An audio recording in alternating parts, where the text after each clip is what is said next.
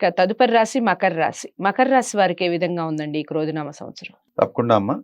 మకర రాశి వారికి క్రోధినామ సంవత్సరంలో ఎలా ఉంది, ఆదాయం, వ్యయం, రాజపూజ్యం, అవమానం ఎలా ఉందనేది ముందు మనం చూసుకుని తర్వాత లోతుగా వెళదాం. మన డివైన్ ఆస్ట్రాలజీ ద్వారా ఆ విశ్వంలో ఉన్న శక్తి ఏం చెప్తుంది అనేది చూద్దాం.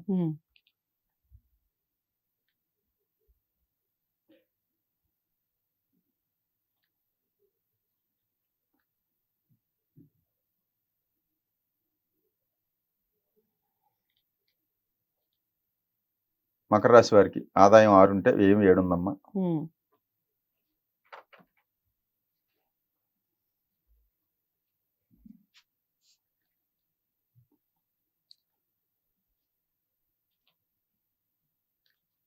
సో మకర రాశి వారికి రాజపూజ్యం 7 ఉంటే అవమానం 6 ఉంది.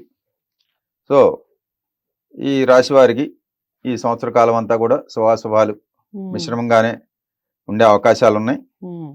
సో వీళ్ళకి అనుకోకుండా ప్రయాణాలు, దూర ప్రాంతాల పర్యటన, వాటి వల్ల కొంచెం ఖర్చులు వచ్చే అవకాశాలు ఉన్నాయి.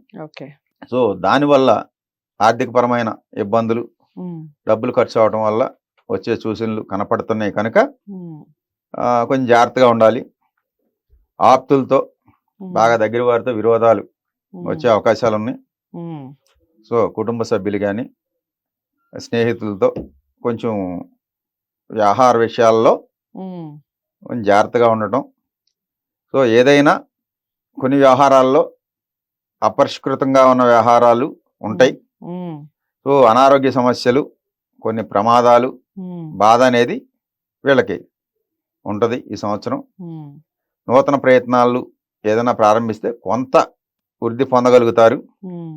ఇంకా వ్యవసాయ రంగం లాభిస్తుంది. చేసే వ్యవసాయ రంగం. విద్యార్థులు మాత్రం దృష్టి పెట్టాలి చదువు మీద. సో చదువు మీద దృష్టి పెంచుకుంటేనే రాణిస్తారు. సో కంప్యూటర్ రంగంలో ఉన్నవారు వీళ్ళకి గ్రోత్ ఉంటుంది కంప్యూటర్ రంగంలో. సో ఆర్థిక పరమైన విషయాల్లో ఉండే వారికి, ఆర్థిక పరమైన పెట్టుబడులు పెట్టే వారికి సానుకూల వాతావరణమే ఈ సంవత్సరం అంతా ఉంది. ఆదాయం అనేది కొంతవరకు ఉన్నా సరే మంచి మంచి పొజిషన్లో ఉండి వృత్తుల్లో ఉన్న వారికి మాత్రం మంచి అవకాశాలే ఉంటాయి. అంటే హై స్థాయిలో ఉన్న వాళ్ళకి. అలాగే కళారంగంలో ఉన్న వారికి కానీ, స్వతంత్రంగా జీవనోపాధి చేసుకునే వ్యక్తులకి, ఈ కొన్ని వృత్తులు, చేతి వృత్తులు, ఇలాంటి వాళ్ళకి సామాన్యంగా ఉండే అవకాశాలు ఉన్నాయి. అన్ని రకాల వ్యాపారాలకు కూడా ఈ సంవత్సరం ఈ రాశి వారికి, మకర రాశి వారికి లాభదాయకంగానే ఉండే అవకాశాలు ఉన్నాయి. ఓకే.